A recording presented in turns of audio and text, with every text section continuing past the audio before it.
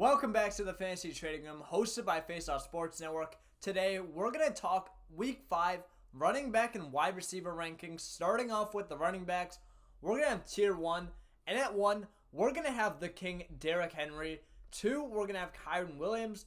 At 3, we have Jordan Mason. At 4, we have Alvin Kamara. 5, Breece Hall. And 6, Bijan Robinson. So, this is a bit different than weeks past, but I think it's officially time for a change. This tier is pretty big compared to the typical Breece Hall and Bijan Robinson just at the top of Tier 1. I'm going to have Derrick Henry in this tier coming off of 2 fantastic games going up against the Bengals, who haven't defended the run very well. Kyren Williams, I just love him as an all-around player. Going up against the Packers, pretty solid matchup. He's a great runner. He's used in the receiving game, and even though the Rams don't really have many weapons, Stafford has shown the willingness to throw Kyren the ball, willing to use him all over the field. He's just an absolute stud that has an insane ceiling and a very good floor, even on this pretty mediocre offense. Jordan Mason is not on a mediocre offense, and he's been very good going up against the Cardinals. With him, though, you just don't know what you're going to get as much as these other 2 super talented players. Mason's a good player, but he's not on the same talent level as some of those other guys. Kamara at 4, though, he's a pretty safe selection. Going up against the Chiefs, I would have ranked the Chiefs matchup higher, but they are losing Rashid Rice more than likely. I'm going to at least be operating in my rankings the fact that he's going to be, out for the year. I guess it doesn't matter because he'll be out at least this week, but I'm not sure exactly what we're going to get from this game. It might, not be a super exciting game to be a part of like we originally may have thought last week. Now, I'm not too sure if this is a hot take yet, but to round things off, we have Breece Hall and Bijan Robinson. The fact of the matter is both of them are getting their touches eaten into. The offenses are not as good as we initially expected, and Hall and Bijan just haven't been putting up the same fantasy points as the guys in front of them, so I'm still going to have them in this tier because the rest of the season I still would probably bet on those 2 elite talents. But right now, it's kind of the point where you got to prove it before I actually rank you there. So we're going to drop down to Tier 2, and we're going to have James Conner at 7, Kenneth Walker at 8, James Cook at 9, Aaron Jones at 10, Jonathan Taylor at 11, Devon Achane at 12, and Josh Jacobs at 13. So I think Walker should be pretty standard now after that blow-up game. Even though Charbonnet was also pretty impressive, I think Walker, you have to respect him here. First game off the injury against the Lions, he honestly could be ranked even higher than that, considering how difficult it was for him to produce last week. James Cook, Aaron Jones have just been very good this year. Jonathan Taylor, I'm assuming he plays. It seems like the reports right now are trending towards he's going to be a little banged up, but he'll probably be fine to play. That might mean that they're not going to use him as much. He might be a little bit slow to start the game or just not be 100%. And that's why I do have him at 11. If he was fully healthy, I'd probably have him jump Aaron Jones and James Cook. But Devon Achane wasn't very good this last week because the offense just looks terrible. That's going to be a direct reflection on Jalen Waddle isn't even making our wide receiver list anymore, and Tyreek Hill is being ranked very low. Josh Jacobs, you finally have Jordan Love back, first week back from injury. I just expect things to get better from here. Emmanuel Wilson is taking some carries, but overall, Jacobs had 46 snaps and 5 targets compared to Mason, who was about 20, and he had 0 targets, I believe. So I'm still betting on Jacobs as, in this case, he's a high-end RB2, but I think as the season goes on, he will get back to that efficient role, and having Jordan Love back is just going to make the world of difference for all these guys, especially Jacobs, though. Dropping down to Tier 3, we're going to go Joe Mixon at 14, Brian Robinson at 15, Chuba Hubbard at 16, and Travis Etienne at 17. Now, Mixon, coming back off injury, should be ranked, I think, about here. Again, you don't really know exactly what you're getting off him from the injury. Brian Robinson, been a very good player just because I think his efficiency has actually been boosted a lot. He hasn't really been affected by Jayden Daniels vulturing any touchdowns, and Brian Robinson is just so much better than Austin Eckler right now. So he's basically being treated as the, full workload back. Chuba Hubbard looks very good. the Panthers look so much better without Bryce Young. And Travis Etienne has looked really bad, and he's still getting. I'm not concerned about Tank Bigsby. I think Bigsby is fine for what he is. He's an efficient back that's going to get 7 to 8 carries a game. Etienne's still getting used primarily in the red zone, still getting used primarily in the air. But Etienne is a very touchdown-dependent player and has been for a few seasons now. We saw last year he was great the first half. Then Trevor Lawrence got injured and the offense really suffered, and that's when Etienne fell off. So the Jaguars obviously 0-4, one of the worst teams in the league. I don't really see things getting too much better for Etienne, at least right now. So honestly, you could even have him lower than this, but I think the talent and the workload is still a lot more certain for him than these other running backs, because I think it gets pretty gross after this. After Etienne, we are going to have Jerome Ford in tier 4 at 18, Najee Harris at 19, DeAndre Swift at 20. So small little tier. Ford, I think, should still be fine. He's just a guy that really plays well when he gets a ton of dump offs, but the Browns' offense is pretty bad. Watson still sucks, so it's hard to depend on him much higher than this on a weekly basis. Najee Harris is basically just, what he is. He doesn't really have any upside at all. DeAndre Swift, I wouldn't be getting too excited as a Bears fan. I don't think Swift is still that good. He really looked explosive last week, but again, they were playing against the Rams, who coming into that week allowed 4.5 yards per carry and then 25th most rushing yards per game. So it was a great matchup for Swift, but unfortunately the offense is still not that good, and the offensive line has really struggled, and I don't think they got miraculously too much better. I'm even watching. I didn't really see anything that stood out to me and made me go, oh wow, things are really turning around for this offensive line. I think it was just a really good matchup, but Swift, I wouldn't be surprised at all if he falls right back down. And to close things off for the running backs, we are going to have the Ramondre Stevenson at 21, Devin Singletary at 22, Kareem Hunt at 23, and Rico Dowdle at 24. So Stevenson is a little lower. I could definitely see the argument for him being a tier above, but he fumbled last game, and he's just had some fumbling issues. The Patriots still suck, so I wouldn't be surprised if there's so many ways that he can just have a game about 3 to 5 points. The Patriots just suck, and this week they're playing against the Dolphins, so, realistically, it should just be a terrible game, and I don't think he'll get screwed over by the game script like we saw early in the year, but they might just not trust him. I would not be that surprised if Antonio Gibson and Stevenson see about a 50-50 split this game, and that would just kill Stevenson's value, of course, because playing in a committee for this terrible offense would just completely suck. Devin Singletary, very volatile. He's just very, it's hard to rank him on a week-to-week basis because he'll have some big games and then he'll just not be utilized at all. He's not an elite talent, obviously. Malik Neighbors can elevate, his role in that offense. Devin Singletary can't, and the Giants are still not a very good offense. Kareem Hunt, Carson Steele looks like he lost his job after that fumble, and Kareem Hunt has the repertoire with the team, and he had 14 carries last week, so you're riding him. The Chiefs' offense, though, like I said, may not be as scary, and they really just won't be as scary without Rashid Rice, but still, I think that at this point we're talking about guys like Rico Dowdle and those kind of running backs. Just give me a guy in a pretty decent offense that's going to get some touches. Same thing for Rico Dowdle. He's getting the most snaps on the Cowboys. It's a pretty decent offense. Hopefully he can just get you, both those players can really just get you anywhere around 10 points. But before we dive into the wide receivers, if you guys do want to check out these full list of rankings and want personalized team advice, want a place to talk fantasy football with myself, other FTR experts, and a big community, go and join the Discord. Link will be in the description and the comments.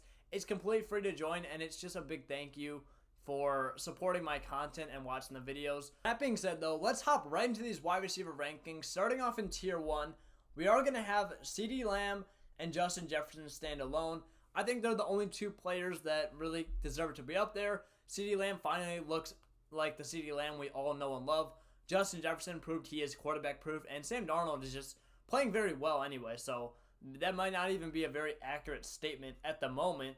Dropping down to Tier 2, though, we are going to have Jamar Chase at 3, Nico Collins at 4, Malik Neighbors at 5, and Marvin Harrison Jr. at 6.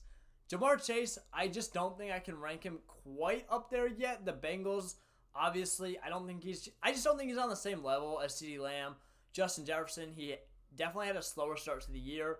The Bengals looked a lot better, but still some questions, and he's just a little more risky as well with his play style, which is why, unless he's been consistently producing throughout the whole year, I'll typically just not put him in that top tier of super high floor and ceiling guys. But Nico Collins, an absolute stud.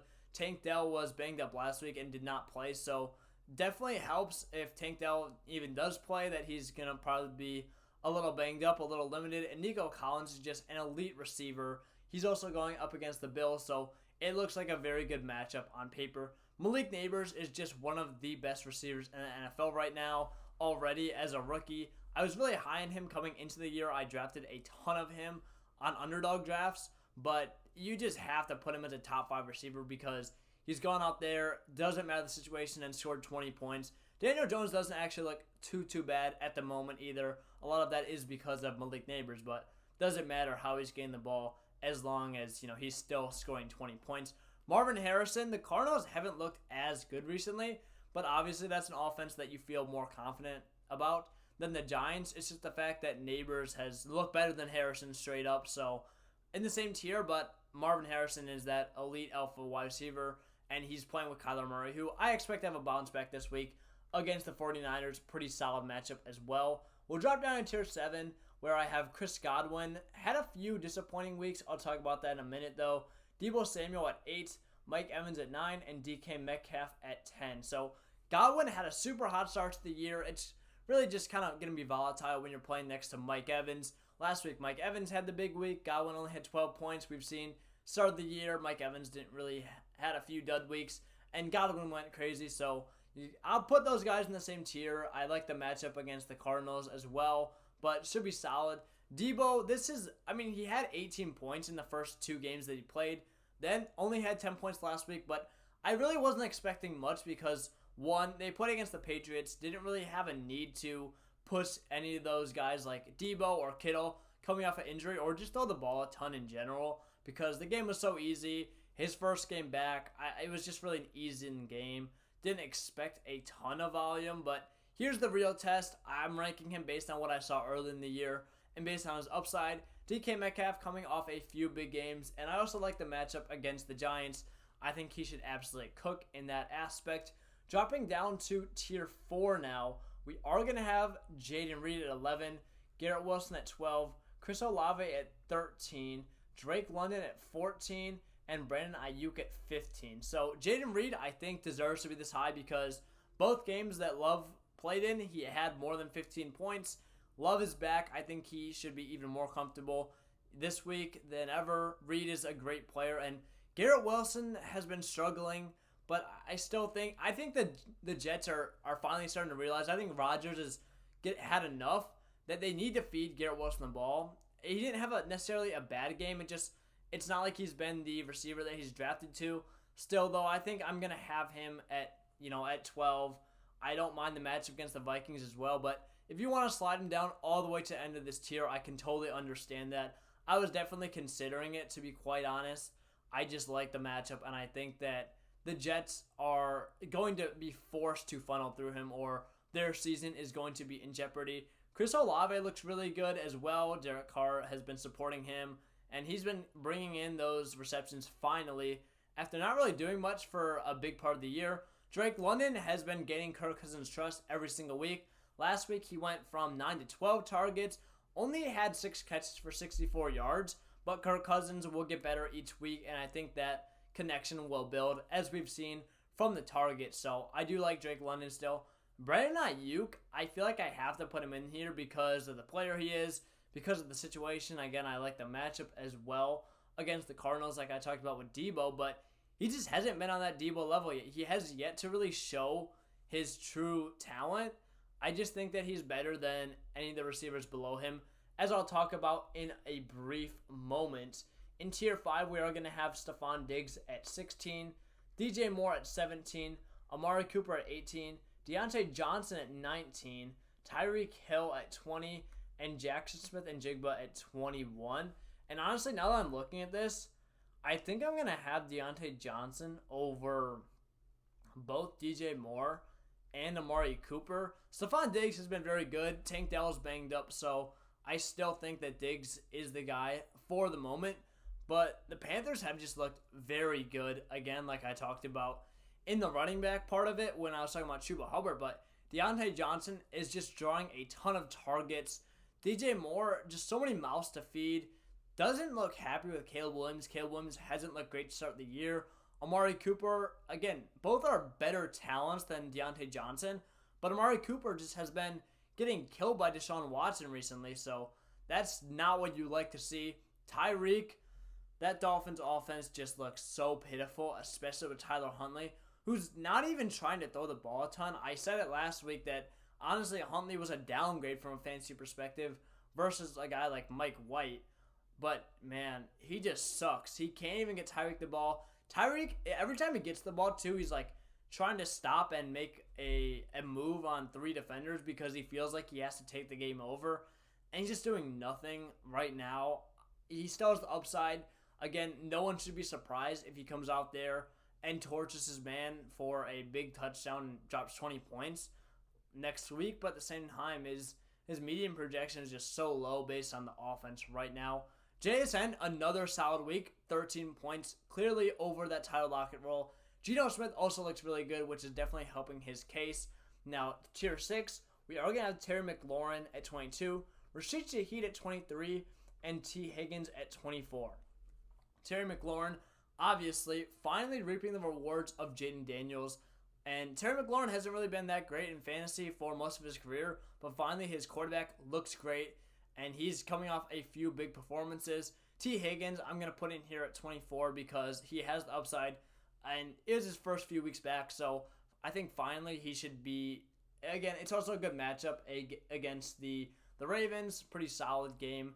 The Ravens actually allowed the 9th most points to wide receivers this year. So I actually do like that matchup, even though typically I thought of the Ravens as a great defense. But haven't been so good this year, at least from a fantasy perspective. And T. Higgins, we know the upside he provides. If you're throwing him in as a wide receiver 24, I think that's a great play. But Rashid Shaheed at 23 is who I want to wrap this video up with because I was a long-time Rashid Shaheed hater. So it's honestly crazy to have him here. But I've officially switched sides. Seeing him get 11 targets and seeing him used underneath, seeing him used in the backfield, I've changed my mind. Rashid Shaheed, if he's getting that kind of workload to give that kind of floor on top of the deep threat he's a very good fantasy option. The reason why I didn't like him was before, last year, all he did was be used as a great deep threat for the Saints, stretching out the defense. Sometimes he's going to have a big game, sometimes he's just going to do nothing. And that's exactly what we saw in the first few weeks of the year. He was, he was involved, maybe had a few handoffs, had some underneath routes, but it was nothing like this. Nothing with this kind of target volume. We've seen the Saints shift how they want to use him, and he's become very good. I really like Shaheed this week, and I don't know if other people are going to have him this high, but as someone that did not like Shaheed, if you have him, I would absolutely be starting him this week. So that's going to wrap things up. Let me know what you guys think in the comments. If you could drop a like and hit that subscribe button, that would be awesome, and it's a great way to support us. Again, if you do want to get free personalized fantasy advice as well, the best way to do that is through the description, which has our Discord, or the comments will have it as well. But again, thank you guys so much for watching. I hope you guys have a good one, and I'll see you guys in the next video.